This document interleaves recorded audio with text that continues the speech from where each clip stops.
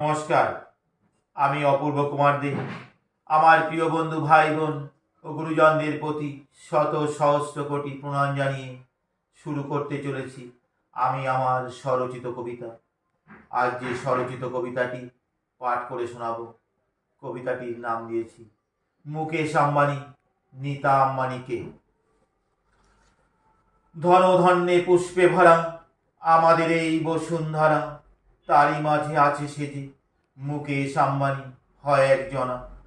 ও সে স্বপ্ন জালে জড়িয়ে মোদের হয় ধনপতি, জাদুকরের সেরা জাদুকর, যেদিকে ঘোরায় সেদিকেই ঘুরে বসি।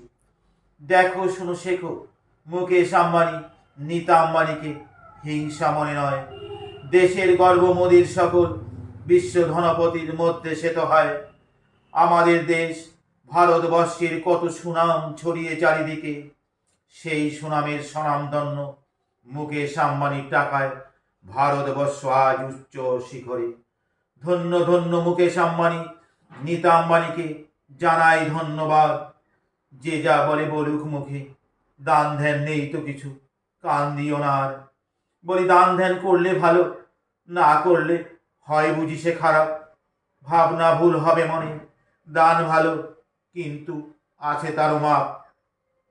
হিসাব ছাড়া করলে দান সইবে না ভগবান। আজ রাখতে পেরে মুকেশ আম্বানির জয় মাল্য রেখেছে ভারতের সম্মান।